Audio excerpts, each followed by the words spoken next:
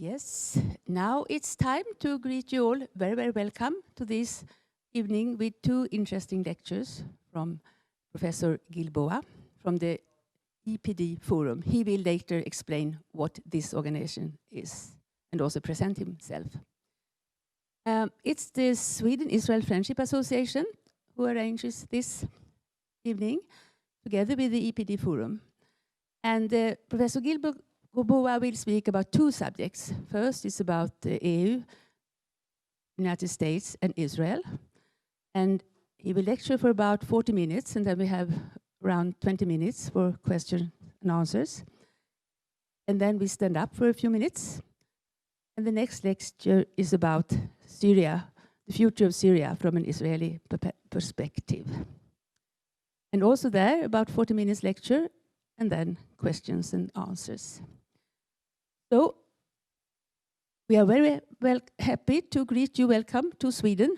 It's a long time since you were here, you just told us. Very welcome. Thank you.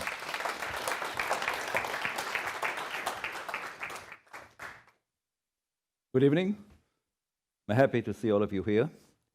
I'd like to thank Lotta and the Swedish-Israel Friendship Association for the invitation to come to here and to share with you some of my views about what is happening in the Middle East today. First, I'll say a few words about this organization, then about myself, then I'll speak for half an hour, maybe 40 minutes, then I'll be very happy to answer your questions. So this organization we established about 5 years ago.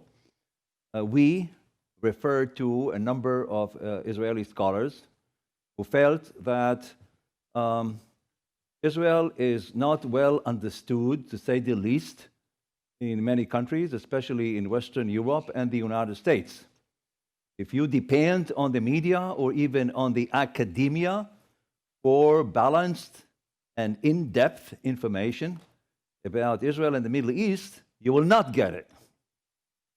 There's too much distortion, misleading information, sometimes complete lies about what is happening. So we decided to engage audiences in Europe and the United States about what is happening based on our research and analysis. So we established this organization. It is an educational, academic, non-partisan, non-political, non-profit. We do not subscribe to any particular ideology or party or politics. We do not represent the government of Israel. Sometimes we criticize the government of Israel, but we don't make it our business to only criticize Israel, something that a few governments do all the time. You don't have to be specific. So it's an academic organization. We go to countries in Europe and in the United States, and we talk to audiences. We create dialogues based, again, on our research and analysis. We speak about facts, and we leave interpretations for the audiences and perhaps for other people.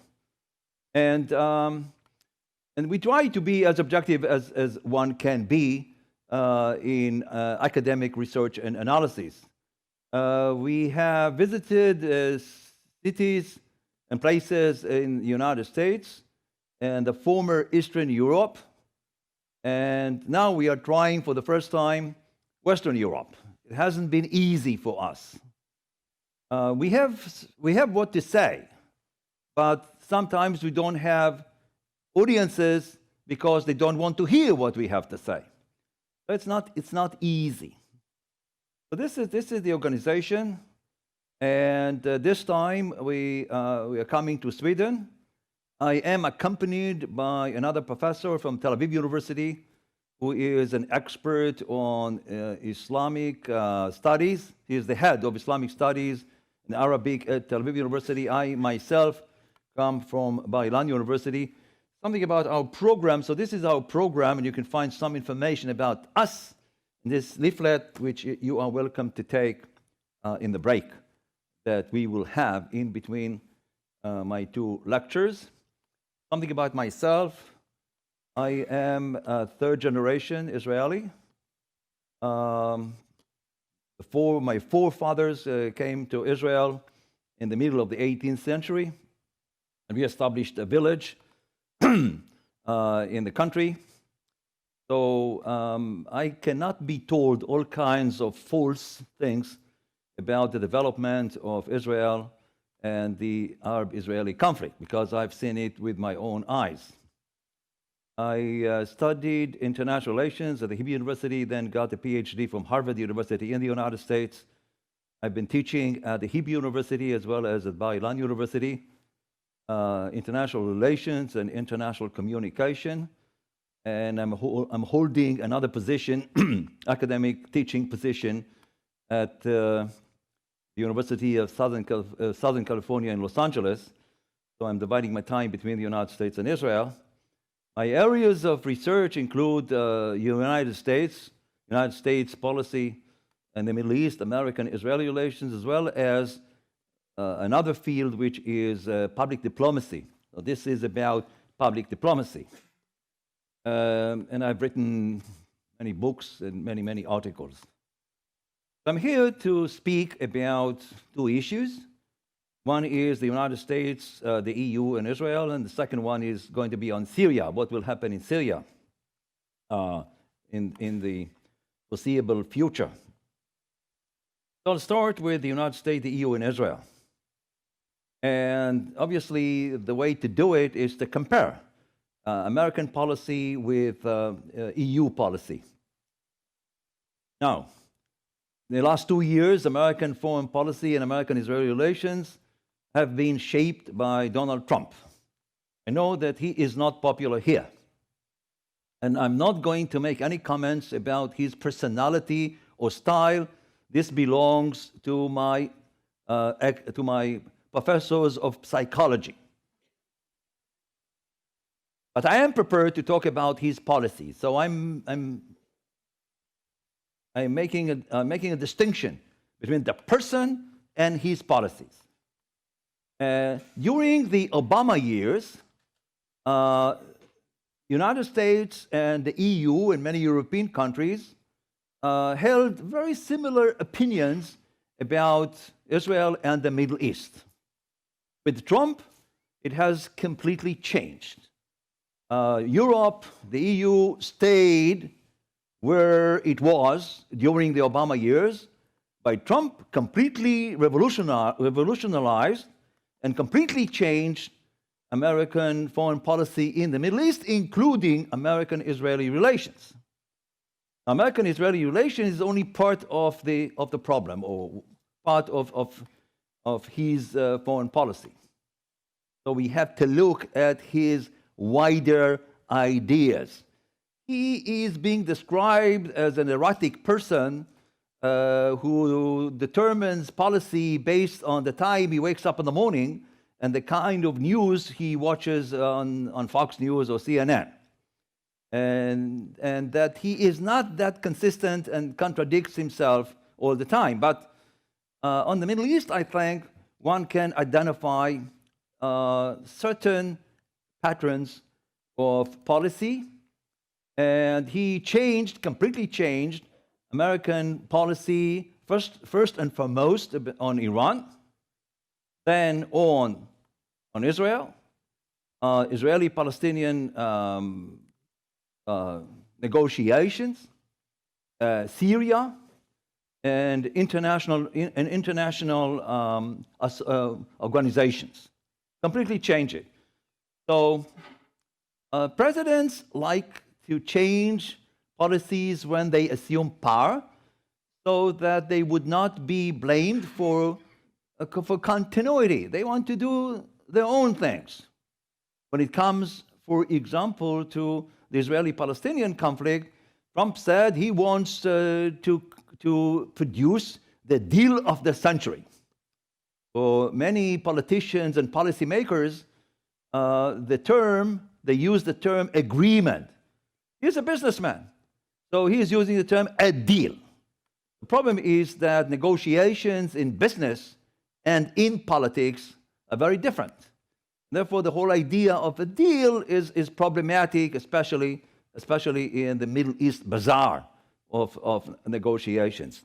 But he wants to demonstrate that he can succeed where all his with all other American presidents failed. This is just one example. So we'll talk a little bit about about the changes that he introduced into American foreign policy in the Middle East and American-Israeli relations. The EU is represented by Federica Mogherini. She's presenting herself as the foreign minister of the EU. She's not, but she's a spokesperson for the EU. And when I follow her statements, I see the same thing kept being said time and again. And it seems that the EU has not been able to adjust its basic foreign policies based on dramatic changes in the entire region. Let me give you an example of last Saturday. Last Saturday, Rouhani, the president of Iran, said, Israel is a cancer in the Middle East that should be removed or destroyed. And this is not the first time that Iranian leaders are making this kind of statements. And we have learned as Jews that when a leader makes such statements, better believe him, based on our history during the Holocaust. And they keep repeating it time and again. And on Saturday, after he made that statement, at the same time, Israel demolished a few illegal housing in the West Bank. So what Federica Mogherini said, she didn't say anything about Rouhani and about his statement. What she had to say is that she condemned the demolition of those houses. And the United States strongly criticized Rouhani. So here you see the beginning of a difference between the EU and the United States. So let me take you now into some of the questions, some of the issues that now divide the EU and the United States. First of all, there is this basic approach to the Middle East and to Israel. For the United States, Israel is a very strong ally, and it has been a strong ally for decades. Many American presidents, including Obama, said that Israel is the most reliable U.S. ally in the Middle East. For Europe, this is another matter. Israel is not considered an ally. Sometimes it is considered as a burden on the foreign policies of European countries. And Trump has even elevated, even strengthened the special relationship, which I have written a whole book about, between the United States and Israel.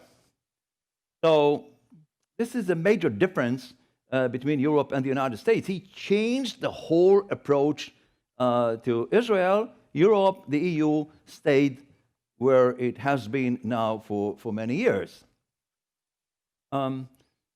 Specifically, then, we need to talk about several issues that now divide the United States from the EU and Europe.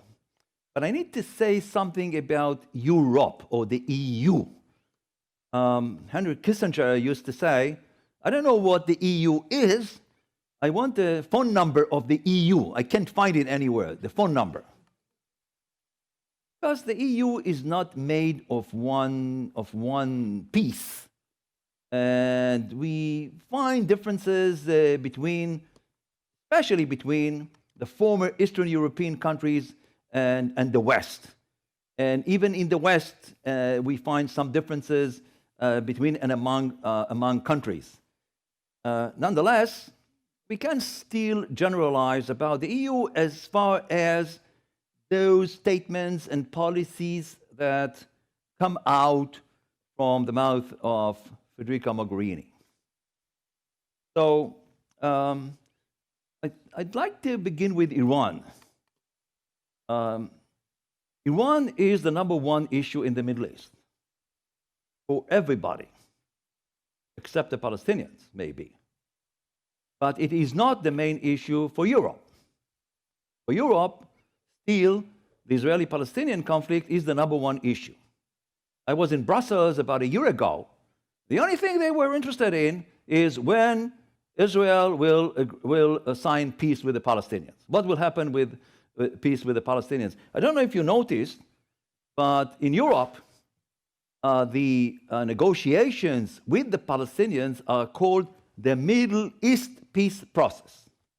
They still use it today. But 2 years ago, there was a conference in France about Israeli-Palestinian negotiations, and the title was Middle East Peace Process. Now, this is highly misleading. It creates the impression that this is the only conflict in the region, and if it is resolved, then the whole region will become the Garden of Eden. And obviously, this has never been the case. And if you need more proof for that, look at the so-called Arab Spring, which became an Islamic winter. Because it's very clear that many processes in the region have nothing to do with Israel or the Israeli-Palestinian conflict. Turns out that much of the confrontation, much of the violence, in hundreds of thousands of lost lives, are between Muslims and Muslims, Arabs and Arabs. 700,000 people were killed in Syria. 700,000. And half of the Syrian population became refugees. What the world had to say? Nothing. Absolutely nothing. This is ridiculous. When Europe awakened, when those refugees, when Erdogan of Turkey allowed these refugees to go into Europe, he wanted to punish Europe for the actual refusal to admit Turkey into the European Union. So 1 million refugees went to Europe. Suddenly, Syria and Iraq and the violence became important issues. So what I'm saying is that the Israeli-Palestinian conflict is important for Israel and the Palestinians. It is not the most important issue in the entire region. And there are other issues. And the most important one is Iran, then Syria, then civil wars. There are civil wars today in Yemen, terrible civil wars. In Yemen, in Libya, still in Iraq and Syria a little bit. These are the most important problems because they are the source of much of the violence and the killing in the entire region. And Iran is then the #1 threat to stability in the region, and I'll speak about it when I discuss the second issue about Iran. But still, I want to show you a few things that are important. This is the Iran nuclear deal. So Europe and Obama, under the leadership of Obama, negotiated that deal. And the deal was very controversial. And all kinds of assumptions have been made about this deal. So today, we do not have to speculate anymore. I can tell you from my own research that many of the assumptions that were made by the Obama administration, and I know because I was in Washington, talked to many people, many of those assumptions were proven wrong. The #1 assumption was that the deal will open up Iran for Western influence Many companies are going to come to Iran. $120 billion were released from frozen assets, from frozen accounts. Iran will use the money to improve the economic conditions in Iran, and then it will open up Iran to the West. Iran will modify its aggressive behavior in the entire region. The moderates, Rouhani is considered a moderate. The moderates will get the upper hand over the radicals. Never happened. Never happened. Iran used the money for violence, terrorism, military interventions in Syria, in Iraq, in Yemen, and other places.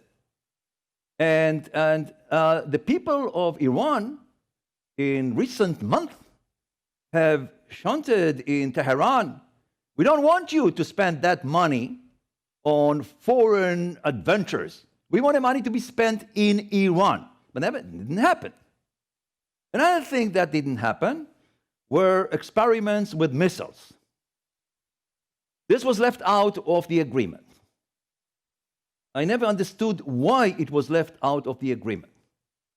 The UN resolution, which approved the nuclear deal in 2015, said that Iran would not develop and test missiles. There was an addition that could carry nuclear bombs. So Iran says, oh, we do not develop and we do not experiment with missiles that can carry nuclear bombs. But everyone with little knowledge about missiles know that this is not the case. That these missiles are developed or could be developed, or there is some rationale to develop them only if they carry nuclear bombs. So there is a clear violation of part of the agreement. And I think that even in Europe now, even Europe agrees now that this is a problem. This is a challenge that has to be dealt with. So let me show you a few things. So this is a missile so I'm referring here to very close collaboration between North Korea and Iran. So this is Hwasong-10, which is a North Korean missile. It is on parade in Pyongyang. I visited several times South Korea. And I told them, you see this missile? It will end up in parades in Tehran. Not only that, the technological infrastructure of Iran is much better than that of North Korea. So the missiles are going to be improved and go back to North Korea. And these missiles were built for nuclear weapons and only for nuclear weapons. And guess what? This is how the same type of missile is on parade in Tehran. They called it Khomashar. And then these are all kinds of experiments with missiles.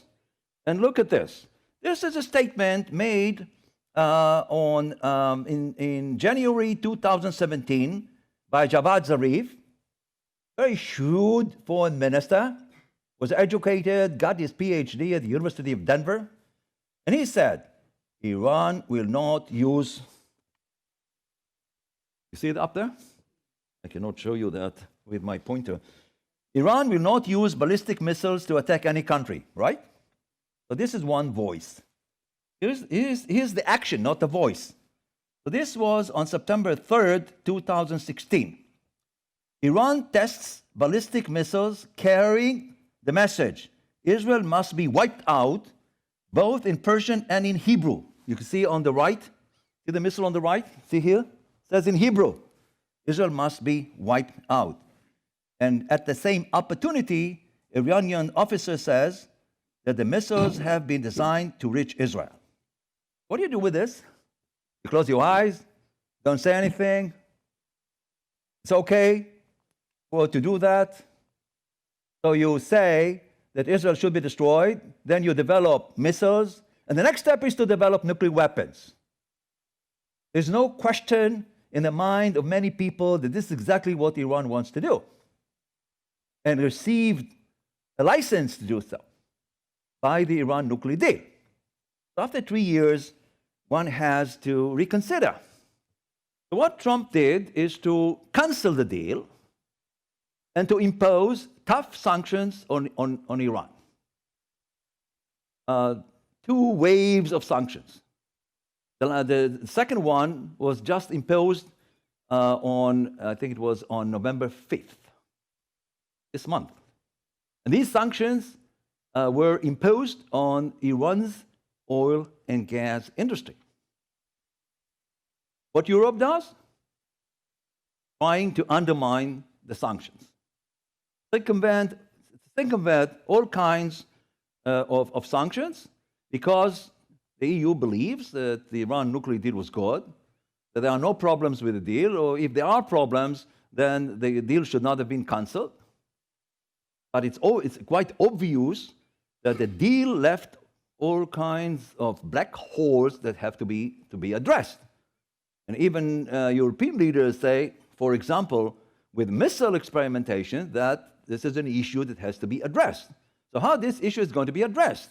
Iran is not going to do it on its own. And Iran came to the table of negotiations in the first place only because of severe sanctions.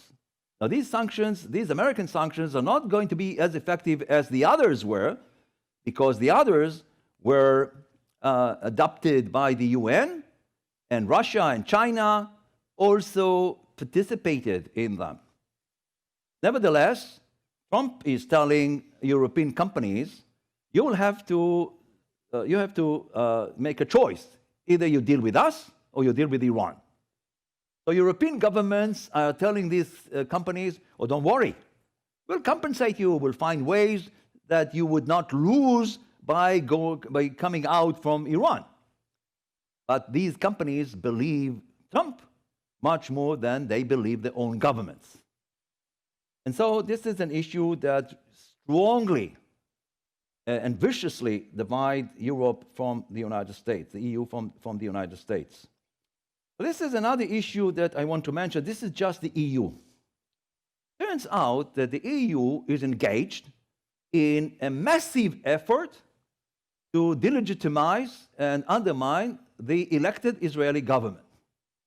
I'm not happy with many policies of this government, the present government.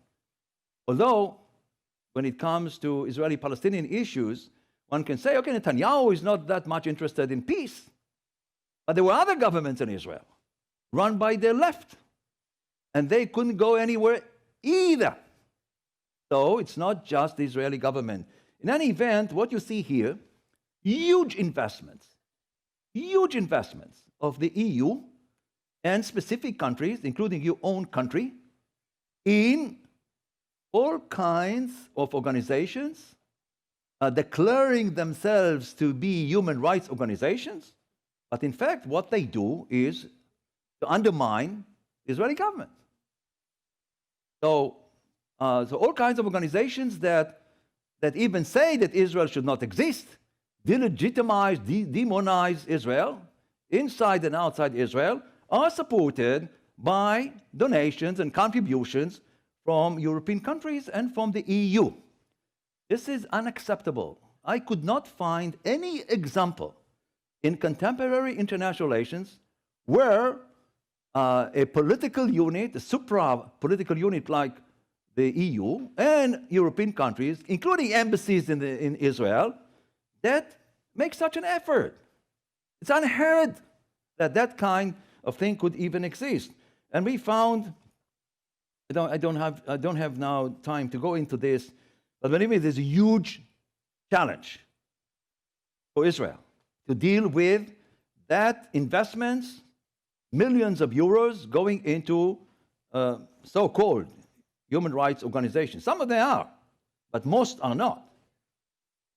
And this is another thing that the EU has been doing, labeling, which is boycotting goods from the West Bank. This was adopted in September 2015. So you can argue about it. The EU can say, okay, we do not recognize Israel's control over, say, parts of the West Bank, not all of the West Bank. Israel really controls only 60% of the West Bank. 40%, the major cities, most of the Palestinians are controlled by the Palestinian Authority. But the problem is that Israel is always selected for special treatment. And this is unacceptable. You cannot adopt double standards. Here I have a list of places where you have, so to speak, occupation. Kashmir since 1947, China, Tibet, Turkey occupies northern Cyprus since 1974. Turkey is an EU potential member since 2005. Morocco, Western Sahara. Morocco has a special agreement with Europe. Russia, Crimea. Where are all of those? Why don't see labeling that? If Israel is selected for special treatment, this is what we call the anti-Semitism. And it's unacceptable. International organizations, which is an issue in itself. So Europe is very strong on international organizations. And for Obama, support for international organizations, the UN agencies, was an important element of his foreign policy. But Trump has changed all of that. And he's changed all of that because of American interests, but also due to his understanding of the discrimination, double standards, hypocrisy that prevail at the UN itself and other UN organizations. Israel is the most discriminated against country in the UN and the UN agencies. There's evidence for that. It's not something that I'm making it up. It's the Security Council, General Assembly, and all kinds of UN agencies, such as the UN Committee on Human Rights, Commission on Human Rights, UNESCO, even UNESCO. All of those organizations are making tons of resolutions against Israel, and in comparison to no resolutions for other countries. Like almost 50% resolutions the General Assembly adopts every year are anti-Israel. 50% of the whole resolutions. And if you look at the UN Human Rights Council, the committee before, Human Rights Council, first of all, this is a joke. Because you have to look at the countries that participate in this council. Most of these countries are the greatest violators of human rights in the world. Like, you want to see them? This is China, Cuba, Venezuela, Congo, Egypt, Saudi Arabia, Iraq, Qatar, champions of human rights in the world. They are there.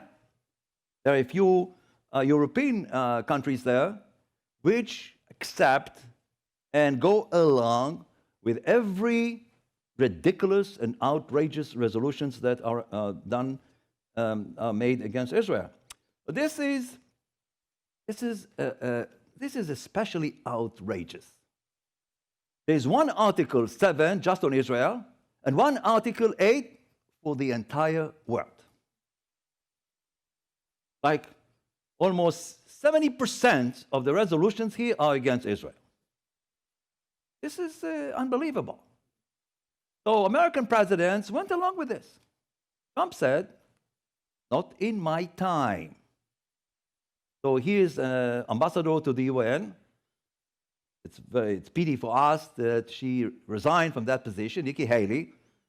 Day in and day out, criticized the UN Security Council, General Assembly for being hypocritical, for adopting standards that no other country is called to abide by. This is the Security Council and the General Assembly. Right now, just a few weeks ago, the General Assembly made resolutions about Israel as if nothing happened in the Middle East. For example, there's a resolution called for Israel to give back the Golan Heights to Syria.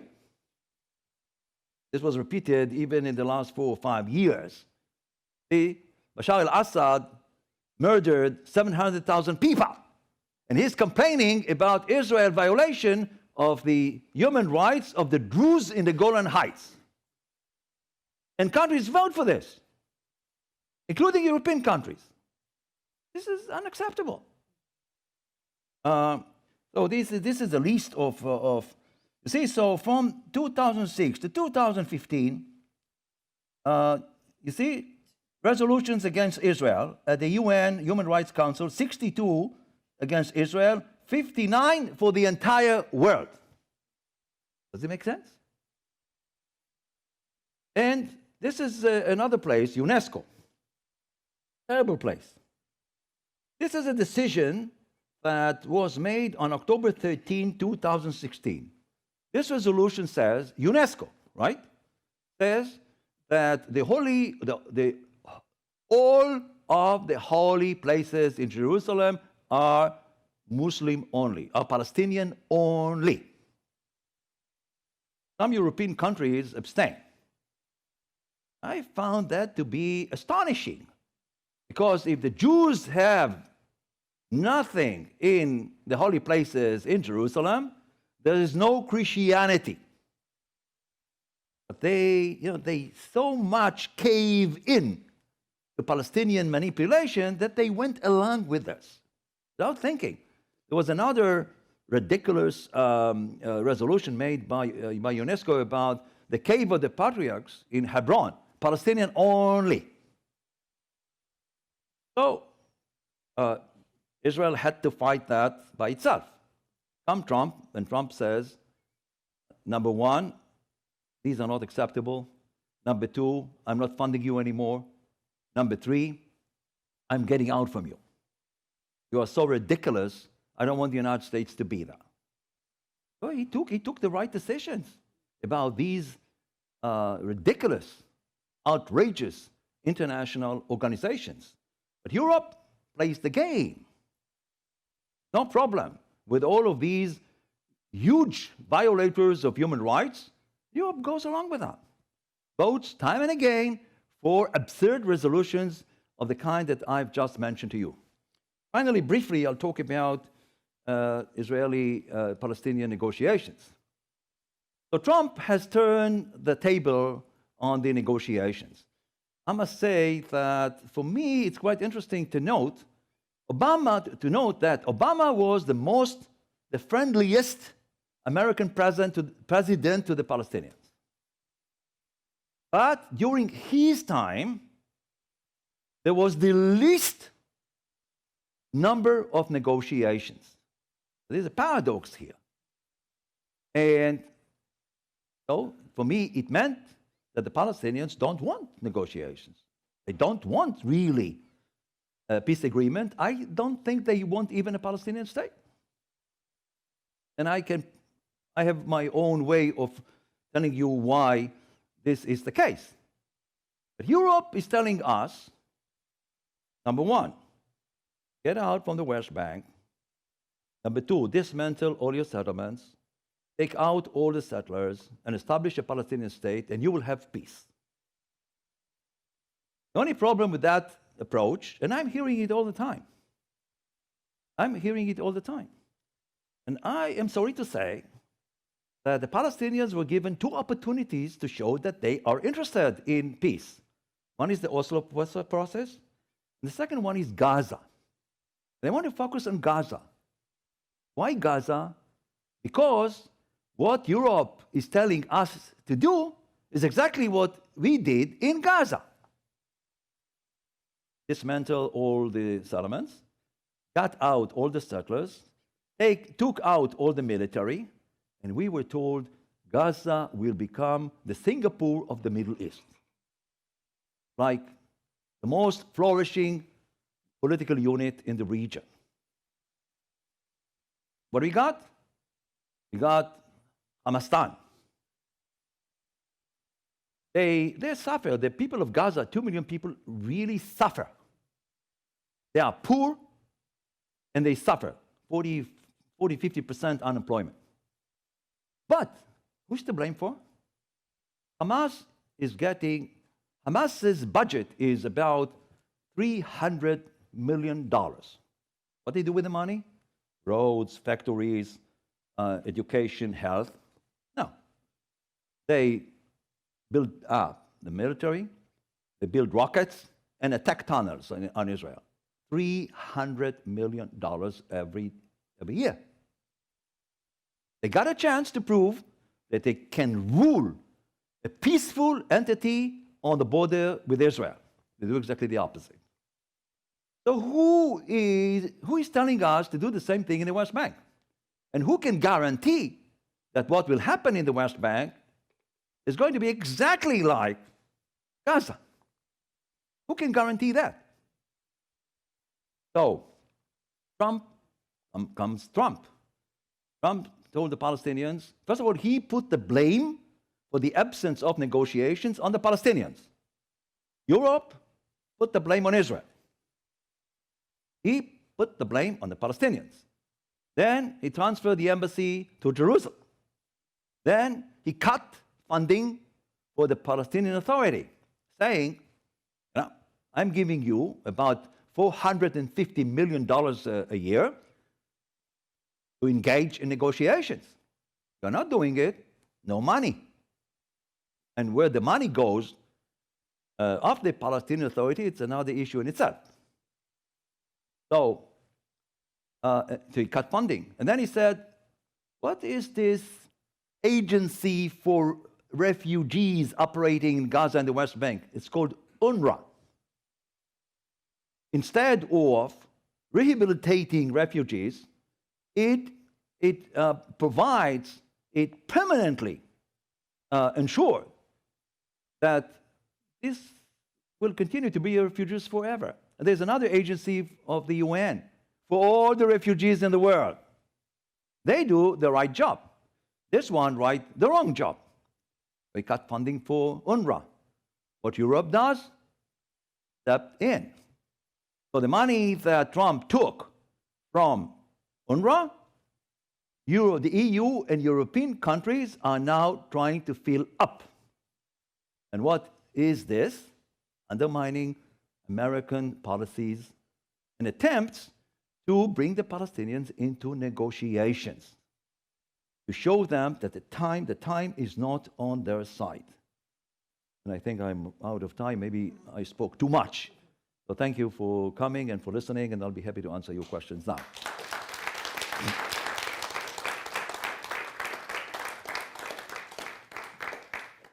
Who is going to moderate?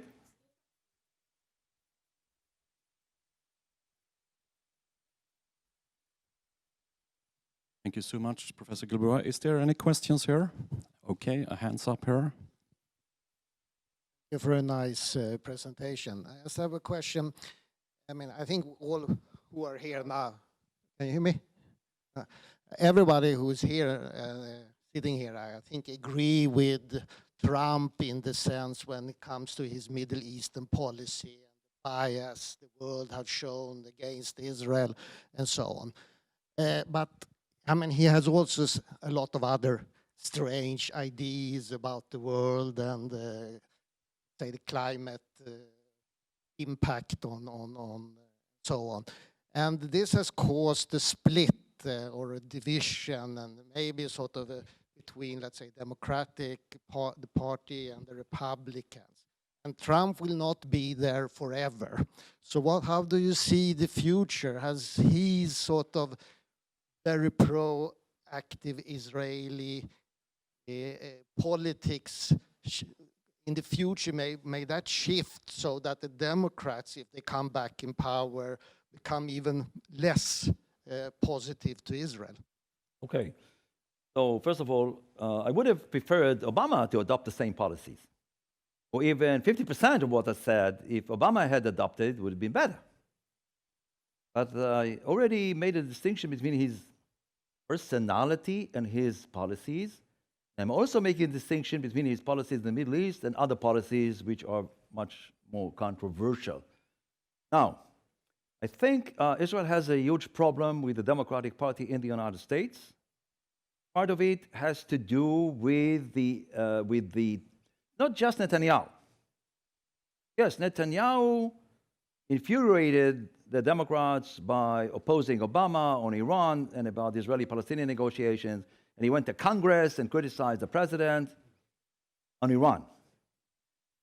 But this, I've investigated this, and I found out that the Democratic Party went to the left, too much to the left. And my interpretation of Trump's success is that, in part, this is a response, a reaction to the Democrats going too much to the left. Now, I can tell you that what will happen in the next few weeks in the Democratic Party will determine the future of the party, as well as the chance for the Democrats to change their policies toward Israel.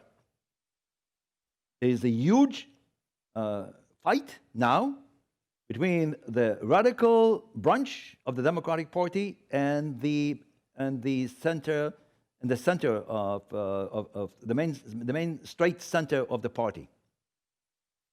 The radicals are saying, we won the House of Representatives, we should have our candidates to confront Trump in the next 2020 elections. But the center says, no, you have no chance to win the presidential elections. Now, pay attention to the election come January, because the new Congress will start in January. Who is going to be elected the Speaker of the House? If Nancy Pelosi gets it, the more moderates win. Somebody else who is supported by the radicals will win it, and it's another story. Wait another year to see who is going to capture the Democratic presidential nomination. Now, I think that there is a crisis between the Democratic Party and Israel. And the more Israel is associated itself with Trump, the worse is the relations with the Democrats. And this is also a problem with the Jewish community in the United States, because 70 to 80% of the Jews vote for Democratic candidates. So I think that the Israeli government has to take this into consideration. I'm not saying that from now on the Israeli government should attack Trump on every policy that he does. But I think that it needs to build bridges with the Democratic Party, and the American Jewish community should provide that kind of a bridge. This is a major deficiency in the Israeli government that has to be addressed.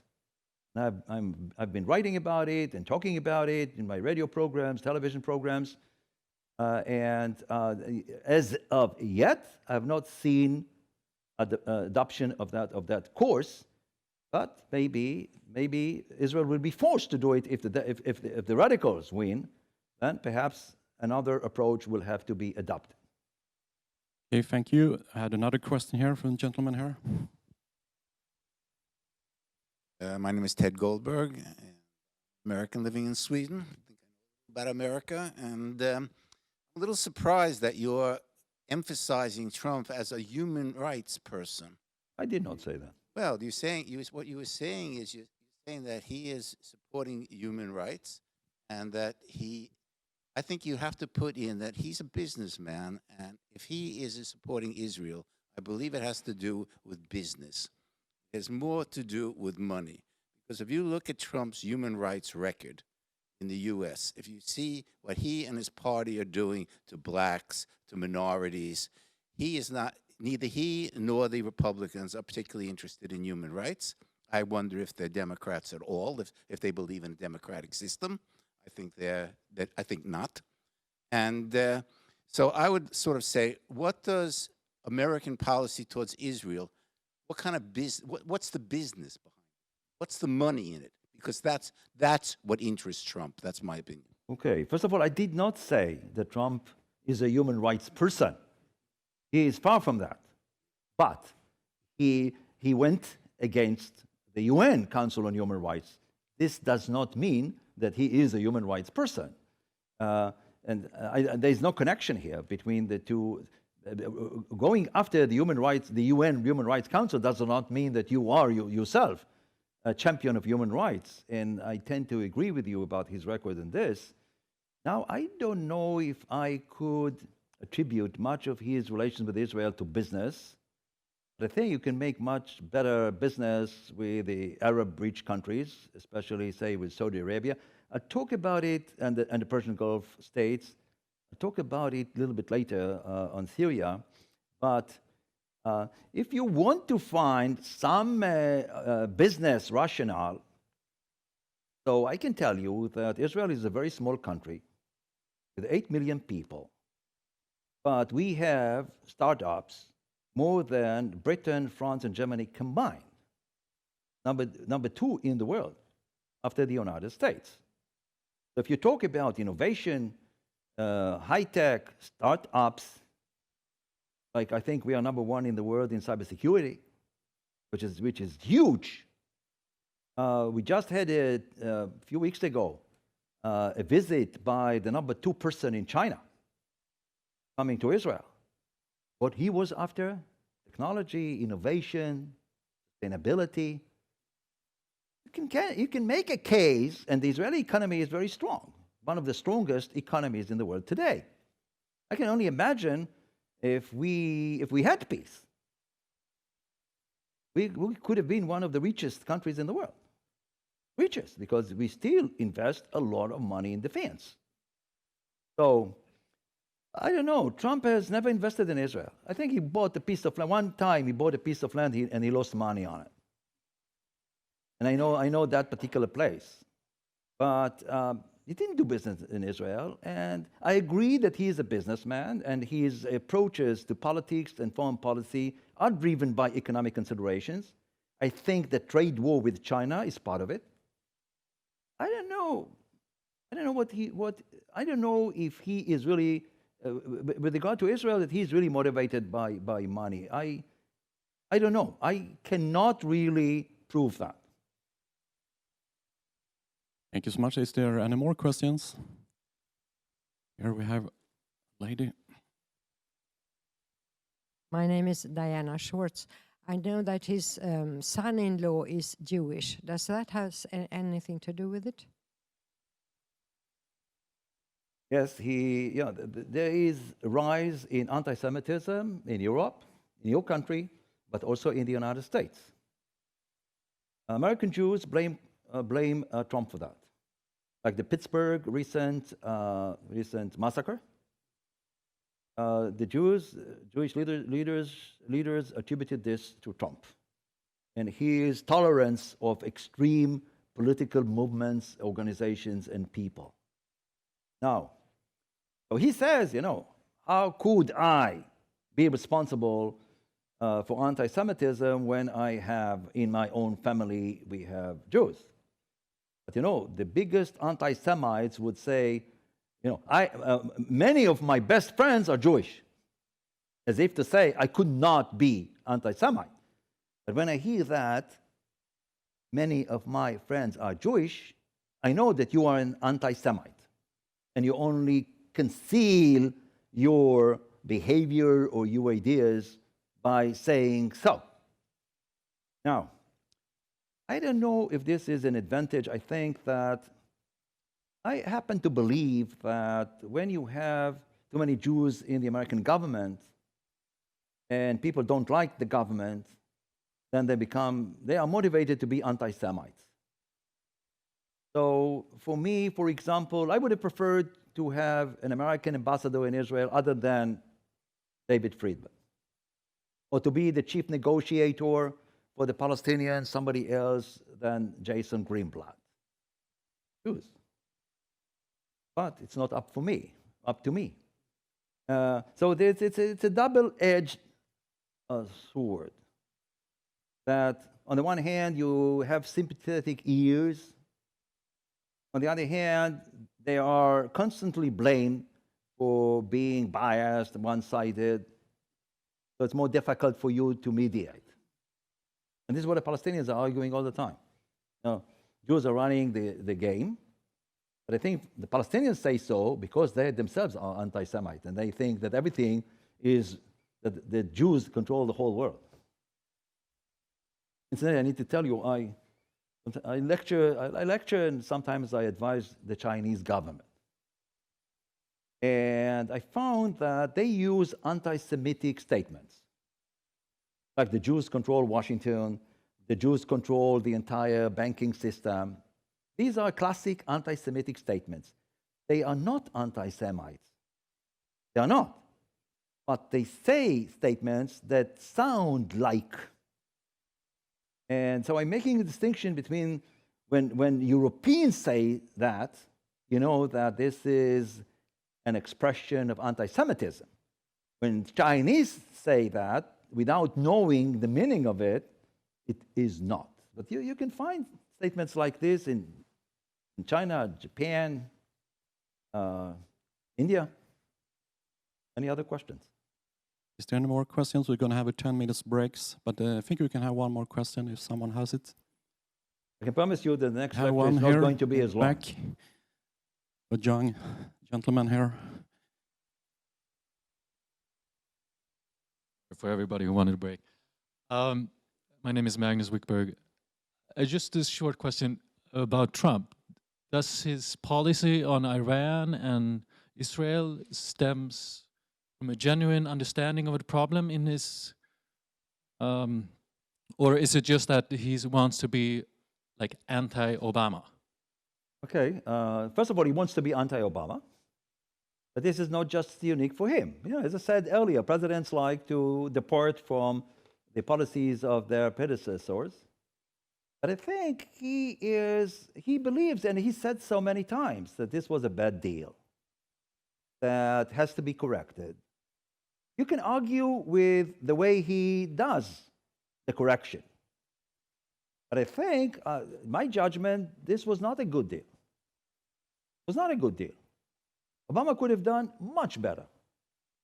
And I think that Europe has no idea about what is going on in Iran and what Iran wants to accomplish in the Middle East. I'll say a few words about it in the next lecture.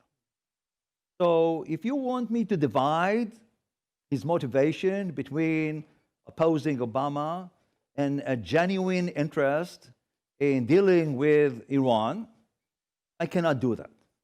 But you know, if you want me, if you force me, I'll say maybe 25% Obama, 75% the merit of the case. These decisions are complicated. I don't believe in a single explanation of anything. There is no such thing. International relations processes are extremely complex. The tendency in Europe is to oversimplify everything, to say, okay, it's this, and only this. No, it doesn't work like that. It's this, and this, and this, and this, and sometimes this is much more important than this.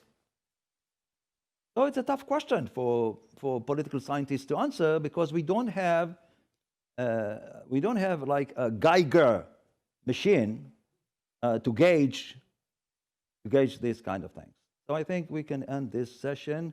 I promise that you will leave on time. So I'll make my next presentation shorter and take a break now. We can take a break now in 10 minutes.